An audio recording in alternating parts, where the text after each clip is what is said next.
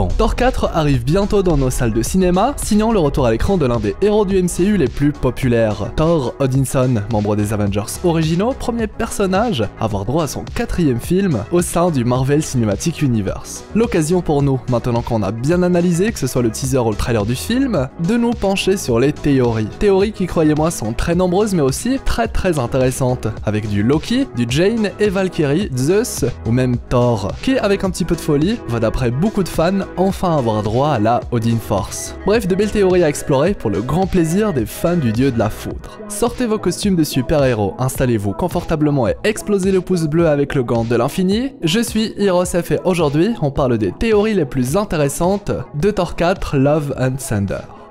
Bon visionnage.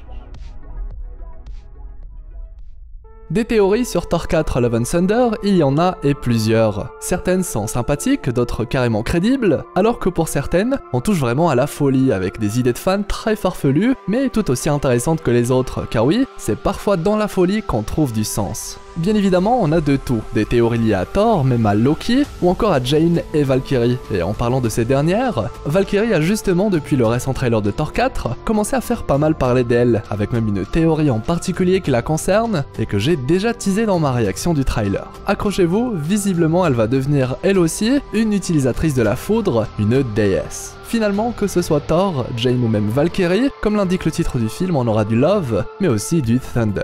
Et oui, dans le récent trailer, il est possible à un moment de voir Valkyrie manier la foudre de Zeus, ce qui semble être une véritable arme, bien palpable, à l'image du Mjolnir ou Stormbreaker. Cette lance de foudre permet, semble-t-il, de canaliser et d'utiliser les pouvoirs de Zeus, là encore à base de foudre. Et on voit justement Valkyrie l'utiliser alors qu'elle est bien alimentée. Un détail très important. Et cette lance tombe comme par hasard entre les mains de Valkyrie. Ainsi, ces théories stipulent tout simplement que durant la grande scène où plusieurs divinités sont assemblées, Zeus est même très mis en avant durant celle-ci, il se pourrait qu'un grand combat ait lieu, avec même la mort de Zeus à la clé. Un combat forcément initié par un Gore, du moins toute logique, qui voit en cette assemblée l'occasion parfaite pour terrasser un maximum de divinités et en très peu de temps. Du coup, ce serait bien la suite de la mort de Zeus que Valkyrie va récupérer son arme, l'équivalent de Mjolnir pour Zeus, une lance en forme de foudre, capable comme le marteau de Thor pour Thor d'invoquer la foudre, mais du coup, cette fois, des pouvoirs originaires de Zeus. Et je trouve ça très intéressant que Valkyrie puisse utiliser ses pouvoirs. La méthode semble même être similaire aux pouvoirs des dieux asgardiens, qui, même après leur mort, n'ont pas complètement disparu, ni même leur pouvoir. Souvenez-vous, par exemple, dans Avengers 3, alors que Odin, père de toute chose, était censé être mort suite au Ragnarok,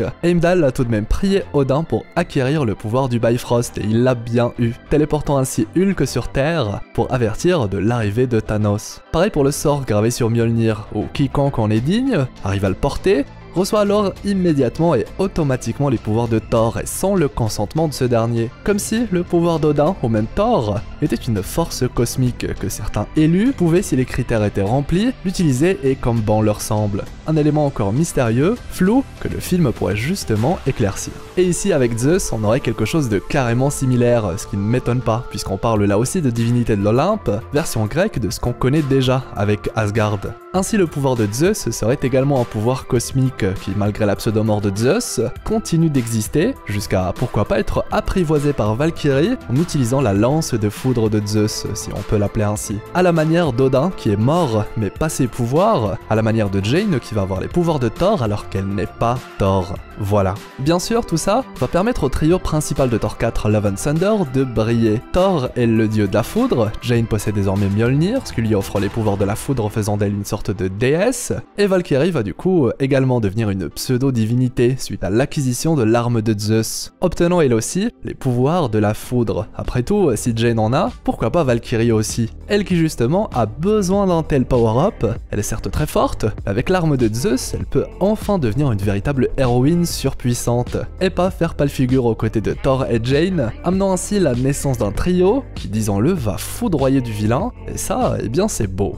Ce qui nous amène automatiquement à parler du power-up de Thor. Car oui, vous vous doutez bien que si les autres membres de son groupe vont devenir plus forts, eh bien lui aussi devrait y avoir droit. Quoi de mieux alors que la Odin Force, une force cosmique légendaire, pour permettre à Thor de briller contre Gorr, un être sinistre extrêmement puissant qui a déjà terrassé un nombre de dieux. Mais du coup, c'est quoi la Odin Force? Eh bien, en très bref, c'est une énergie cosmico-mystique très ancienne, qu'utilise justement Odin, d'où son nom. Dans les comics, Thor l'obtient et elle devient la Thor Force. Et c'est ce qu'on pourrait appeler le pouvoir ultime des dieux d'Asgard, que les rois dieux ont hérité de leur père à travers les âges. Et vous savez quoi? Dans Thor 3 Ragnarok, dans une scène coupée, Odin transmet ce pouvoir à Thor. Mais du coup, comme la scène a été coupée, c'est quelque chose que le MCU a jugé bon de faire possiblement dans Thor 4. C'était visiblement trop tôt de le faire durant Thor 3. A noter qu'à l'arrière de la ruelle, où Odin offre la Odin Force à Thor durant cette scène coupée, il est marqué en grand Love and Thunder,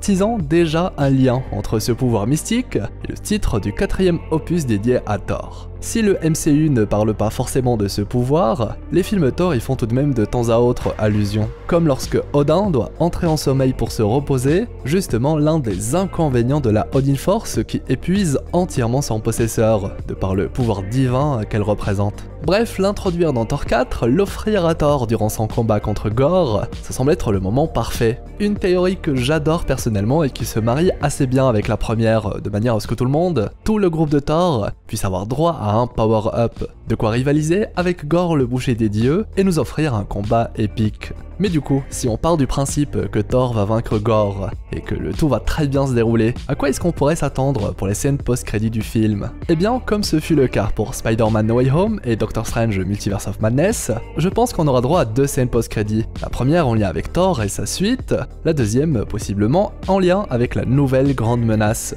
En gros, un lien avec tout le MCU.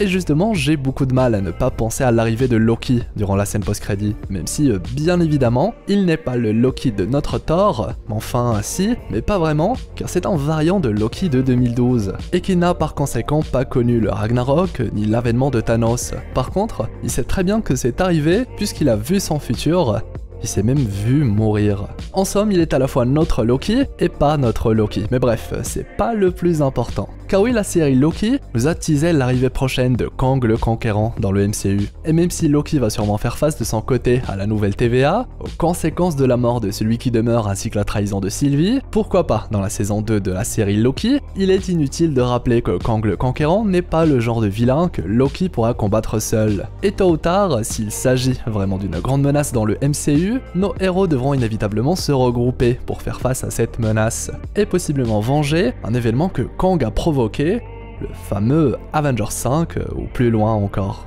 Autrement dit, Loki, qui est désormais lié à l'intrigue de Kang le Conquérant, devra à un moment ou un autre retourner dans notre univers, dans notre timeline actuelle, et surtout demander de l'aide. Quoi de mieux alors que de le voir débarquer à la toute fin de Thor 4 pour voir son frère, demander son aide mais aussi teaser dans notre réalité l'arrivée de Kang.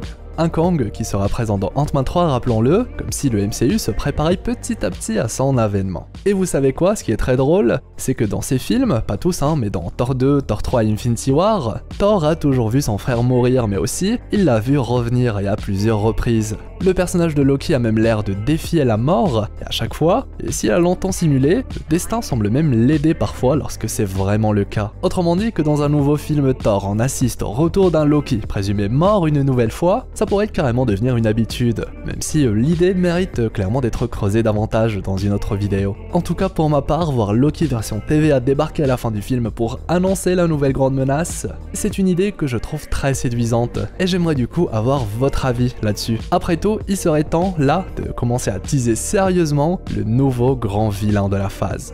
Que ce soit le retour de Loki, la Odin Force pour Thor, ainsi que les nouveaux pouvoirs de Valkyrie, on a exploré de très belles théories, légèrement folles pour certaines, mais c'est ce qu'on aime. Dites-moi du coup ce que vous avez pensé de tout ça, partagez-moi vos idées ou théories, l'espace commentaire est là pour ça. Et dites-moi aussi si vous souhaitez voir d'autres personnages dans le film, ou les scènes post-crédit. Comme toujours, je compte sur vous pour le pouce en l'air, le fameux pouce bleu avec le gant de l'infini, ça m'aide énormément et m'encourage à vous faire plein de belles vidéos. Si c'est votre première fois sur la chaîne, ou si ce n'est n'est toujours pas fait, abonnez-vous, rejoignez notre équipage d'explorateurs d'univers avec la petite cloche pour être notifié à chaque publication. Et si vous avez envie d'en savoir plus sur Gorr, le boucher des dieux, ou encore sur les récentes révélations du MCU, les annotations de fin vont comme d'habitude vous renvoyer vers de belles vidéos. Quant à moi, eh bien je vous souhaite une agréable journée ou soirée. C'était Hirosef, l'explorateur d'univers, pour vous servir.